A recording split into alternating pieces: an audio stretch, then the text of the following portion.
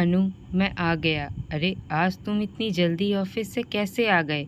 मेरे पास तुम्हें देने के लिए एक सरप्राइज़ है और मुझसे रहा नहीं गया, इसीलिए मैं ऑफिस से जल्दी निकल गया। ऑफिस से घर पहुंचते ही मैंने छेड़ने वाले अंदाज में अनु से कहा, हम 2 से 3 होने जा रहे हैं मैडम। अनु फौरन मेरे गले में बाहों का हार डालकर बोली, ओह ऋषभ, मेरी खुशियों को ध्यान में रखते हुए आखिरकार तुमने उचित फैसला कर ही लिया ना। मैं अभी सारी गर्भ निरोधक गोलियां कूड़े की टोकरी के हवाले करती हूँ। इतनी जल्दी भी ना करो स्वीट हार्ट। मैंने उसका हाथ पकड़कर उसे शयन कक्ष में जाने से रोका। हम 2 से 3 होने जा रहे हैं क्योंकि तुम्हारी मम्मी कुछ दिनों के लिए हमारे पास रहने। Oh no! अनु ने जोर से अपने माथे पर हाथ मारा। अरे वे तुम्हारी सगी मम्मी है, कोई सौतेली माँ नहीं। आने की खबर सुनकर ज़रा मुस्कुराओ यार। मैंने उसे छेड़ना चालू रखा। मुझे तो उनके आने की खबर ने खुश कर दिया है यार। मेरी सगी माँ किसी सौतेली माँ से ज़्यादा बड़ी आफत लगती है मुझे, यह तुम अच्छी तरह जानते हो ना। उनका आना टालने के लिए कोई बहाना बना देते तो क्या बिगड़ जाता तुम्हारा? तो शिकायत करते हुए वह मुझसे झगड़ने को तैयार हो गई। अरे मैं क्यों कोई झूठा बहाना बनाता? मुझे तो उनके आने की खबर ने खुश कर दिया है यार। मुझे पता है कि जब वे मेरी खटिया खड़ी करेंगी तो तुम्हें खुशी ही होगी। मेरी तबीयत वैसे ही ढीली चल रही है और अब ऊपर से नगर निगम की चेयरमैन मेरे घर में पधार रही हैं। वह सिर पकड़कर सोफे पर बैठ गई। अब ज़्यादा नाटक मत करो और एक कप गरम गरम चाय पिला दो। मैंने तो हंसते हुए उसे बाजू से पकड़कर उठाना चाहा तो उसने मेरा हाथ जोर से झटका और तुनक कर बोली, अब अपनी लाडली सासू माँ के हाथ की बनी चाय ही पीना। तुम गुस्से में बहुत प्यारी लगती हो। मैंने आंखें मटकाते हुए उसकी तारीफ की तो वह मुंह बनाती हुई रसोई में मेरे लिए चाय बनाने चली गई। मेरी सासू माँ स्कूल टीचर है। पिछली गर्मियों की छुट्टी में वे हमारे पास 2 सप्ताह रहकर गई थी। अब दशहरे की छुट्टियों में उन्होंने फिर से आने का कार्यक्रम बनाया है। मेरे माता पिता नहीं रहे हैं, इसीलिए मुझे उनका आना अच्छा लगता है। लेकिन अनु की हालत पतली हो रही है। मैं शादीशुदा हूँ, पराए घर आ गई हूँ, पर अभी भी मम्मी के सामने पड़ते ही मन अजीब सा डर व घबराहट का शिकार हो जाता है। कोई गलती नहीं की है, लेकिन ऐसा लगता है कि किसी गलत काम को करने के बाद प्रिंसिपल के सामने पेशी हो रही है। मेरी इस दशा का फ़ायदा उठाकर ही वे मुझ पर हिटलरी अंदाज में हुक्म चला लेती हैं। अनु ने पिछली बार अपनी मम्मी के आने के अपने मनोभाव से मुझे अवगत कराया। मेरी सासू माँ अनोखे व्यक्तित्व की मालकिन है। घर में अधिकतर जीन्स व टॉप पहनती है, नियम से एरोबिक्स करने की शौकीन है और पार्क में कभी भी घूमने जाने के लिए तैयार रहती है। उन्हें घर में गंदगी बिल्कुल बर्दाश्त नहीं। आलसी व लापरवाह इंसान दुश्मन नज़र आते हैं। पिछली बार सासू माँ आई थी तो अनु को खूब खींच कर गई थी। अनु आराम पसंद इंसान है, पर अपनी माँ के सामने डट कर काम करने को बेचारी मजबूर हो गई थी। उसे मेरी सासू माँ ने शनिवार इतवार की छुट्टी में 1 मिनट भी आराम नहीं करने दिया था। वे सारे घर का काया पलट कर आ गई थी। पर्दे, सोफ़े के कवर, चादरें, पंखे, खिड़कियां आदि सब की साफ सफाई हुई थी। घर का फर्श सारे समय जगमगाता रहा था। रसोई के हर चीज़ अपनी जगह पर मिलने लगी थी।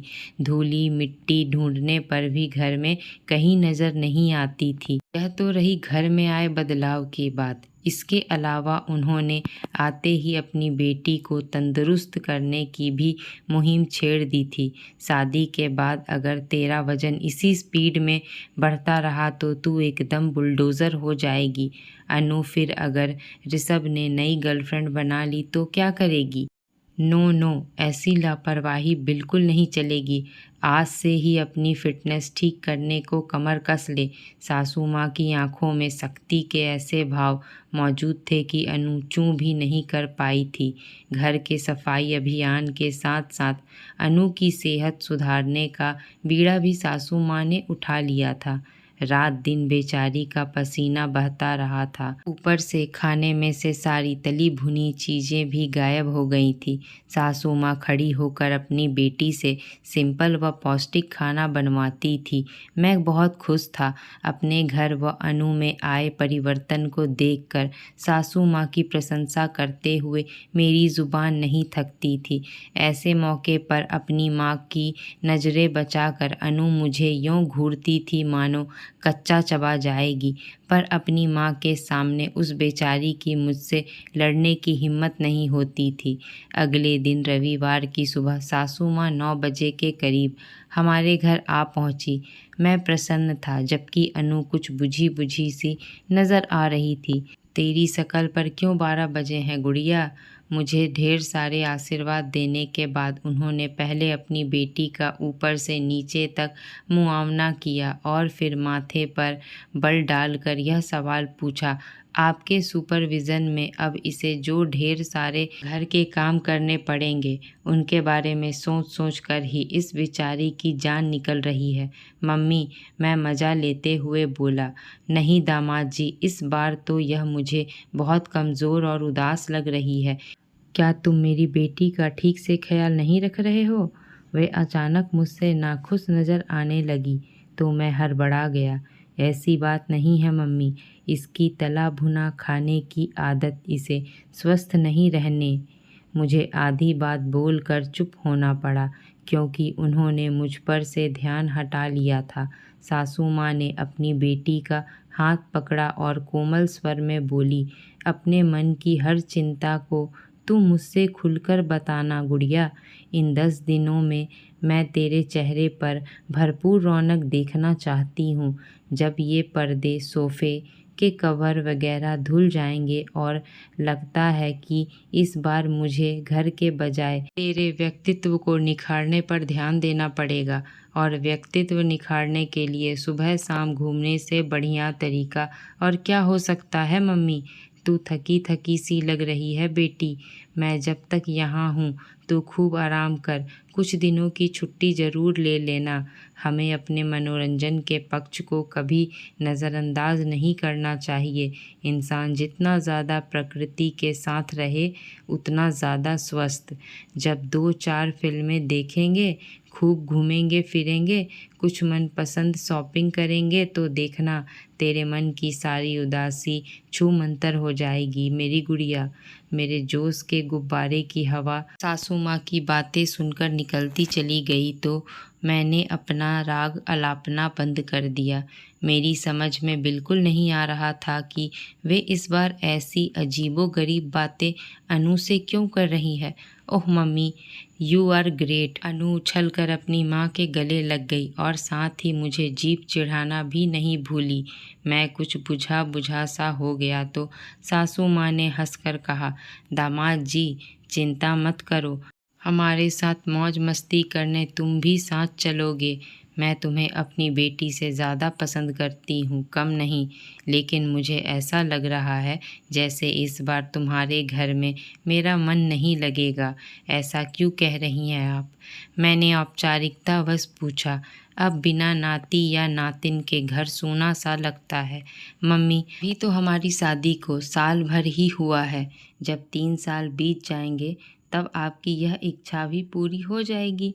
हाँ, मुझे मालूम है कि आजकल की पीढ़ी पहले खूब धन जोड़ना चाहती है, जी भर कर मौज मस्ती करना चाहती है। उनकी प्राथमिकताओं की सूची में बड़ा मकान, महंगी कार और तगड़े बैंक बैलेंस के बाद बच्चे पैदा करने का नंबर आता है। You are right mummy. इस बात को आप इतनी आसानी से समझ गई, उसे मैं अनु को आज तक नहीं समझा पाया हूँ मम्मी। मैंने 28 साल की उम्र में शादी की है, 22-23 की उम्र में नहीं। मेरा कहना है कि अगर मैं जितना ज़्यादा बड़ी उम्र में माँ बनूंगी, बच्चा स्वस्थ ना पैदा होने की संभावना उतनी ज़्यादा बढ़ जाएगी। शादी के 3 साल बाद बच्चा पैदा करना चाहिए, ऐसा कोई नियम थोड़ी ही है। इंसान के अंदर समझदारी नाम की भी तो कोई चीज़ होती है। मौका मिलते ही अनु भड़की और मेरे साथ बहस शुरू करने के मूड में आ गई। मम्मी, इस मामले में आप इसकी तरफदारी मत करना प्लीज़। मैंने नाराज़गी भरे अंदाज में एक बार अनु को घूरा और फिर ड्राइंग रूम से उठकर अपने कमरे में चला आया। मैं घर में मुंह फुलाकर घूम रहा हूँ। इस बात की माँ बेटी को कोई चिंता ही नहीं हुई। दोनों नाश्ता करने के बाद तैयार हुई और घूमने निकल गई। मुझसे 2-3 बार साथ चलने को कहा, मगर मैंने नाराज़गी भरे अंदाज में इनकार किया तो उन्होंने खास जोर नहीं डाला था। लंच के नाम पर मेरे लिए अनु ने आलू के पराठे बना दिए। वे दोनों 12 बजे के करीब घूमने निकली और रात को 8 बजे लौटी थी। इन 8 घंटों में मेरा कितना खून फूका होगा, इसका अंदाज़ा लगाना कठिन नहीं है। उनके घर में घुसते ही मैंने 2 बातें नोट की थी। पहली तो यह कि वे दोनों 7-8 लिफाफे पकड़े घर लौटी थी, और दूसरी यह कि दोनों के चेहरे ज़रूरत से ज़्यादा दमक रहे थे। कुछ ही देर में मुझे पता लग गया कि उन दोनों ने 8,000 की खरीदारी एक दिन में ही कर डाली।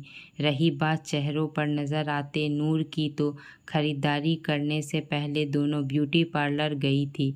कुल मिलाकर 10,000 का खर्चा माँ बेटी ने एक दिन में ही कर डाला था।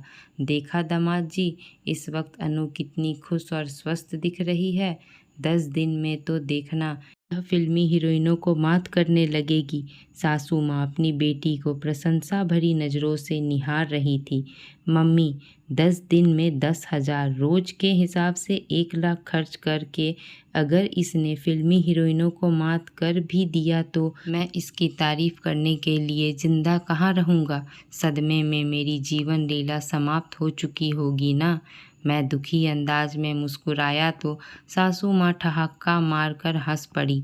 कभी कभी बड़ा अच्छा मजाक करते हो दामाद जी।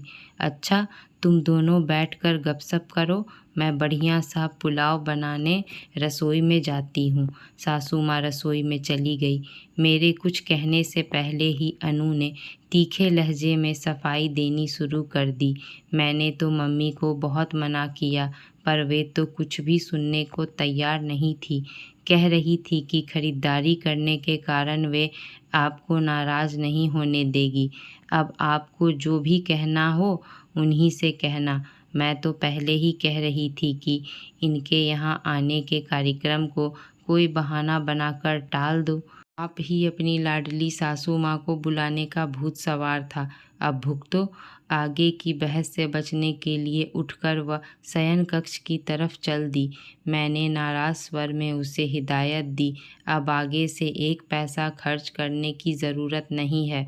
मम्मी तो कह रही है कि मैं उनके साथ घूमने फिरने के लिए ऑफिस से हफ्ते भर की छुट्टी ले लूँ। अब इस बाबत जो कहना हो आप उनसे कहो। आपको तो पता है कि उनके सामने मुंह खोलने की मेरी हिम्मत नहीं होती है। अपने आप को साफ बचाती हुई अनु मेरी आंखों से ओझल हो गई। मैं अनु को ऑफिस से छुट्टी लेने से नहीं रोक सका। वे दोनों अगले दिन भी शॉपिंग करने गई, और इस बार सासू माँ ने अनु को 40,000 के सोने की चेन खरीदवा दी। मम्मी, आप क्या इस बार मुझे कंगाल करने का कार्यक्रम बनाकर आई हैं? मैंने दोनों हाथों से सिर थाम कर उनसे यह सवाल पूछा तो वे उदास सी हंस पड़ी। दामाद जी, आज सोने की चेन तो सचमुच मैंने ज़बरदस्ती अनु को खरीदवाई है। मन सुबह से बड़ा उचाट था। रात को नींद भी अच्छी नहीं आई थी। सच बात तो यह है कि मन की उदासी दूर करने के चक्कर में ही मैंने 40,000 खर्च किए हैं।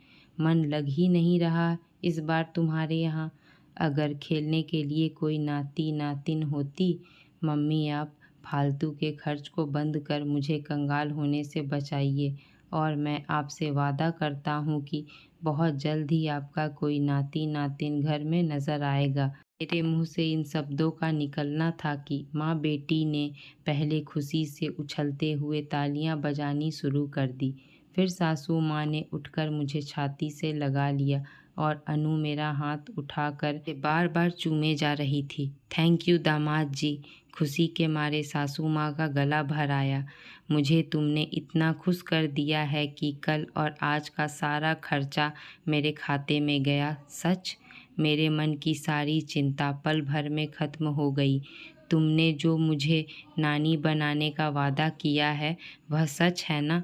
हाँ, तो मैं भी सच बोल रही हूँ दामाद जी। अब लगे हाथ जल्दी पापा बनने की इसकी मुबारकबाद भी कबूल कर लो। क्या मतलब? सासू माँ को रहस्यमयी अंदाज में मुस्कुराते देख मैं चौंक पड़ा।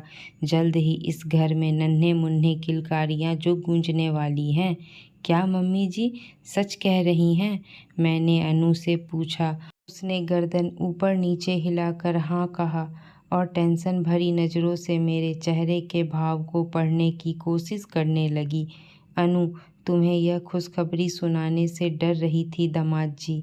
यह बेवकूफ़ सोचती थी कि तुम 3 साल बाद बच्चा पैदा करने वाली अपनी ज़िद पर अड़कर इसके ऊपर गर्भपात करने के लिए दबाव डालोगे। तब इसकी तसल्ली के लिए मुझे 50,000 खर्च कर तुम्हारे मुंह से यह कहलवाना पड़ा कि तुम पापा बनने को तैयार हो। मेरे लिए तो यह बड़ा फ़ायदेमंद सौदा रहा है। मैं बहुत खुश हूँ दामाद जी। सासू माँ ने हम दोनों को इस बार एक साथ गले लगा लिया। मैंने अनु की आंखों में प्यार से झांकते हुए भावुक लहजे में कहा, अनु, मैं कंजूस हूँ। पैसे जोड़ने के लिए बहुत झिक-झिक करता हूँ क्योंकि माता पिता के न रहने से मेरा बचपन बहुत अभावों और दुखों से भरा हुआ था और सुरक्षा का एहसास मेरे मन में बहुत गहरे बैठा हुआ है और उसी के चलते मैं पहले अपनी आर्थिक जड़ें मजबूत कर लेना चाहता था। लेकिन मैं ऐसा पत्थर दिल इंसान नहीं हूँ कि आर्थिक लक्ष्यों को पूरा करने के लिए तुम्हारी कोख में पल रहे अपने बच्चे को मारने का फैसला। मैंने आपको समझने में भारी भूल की है।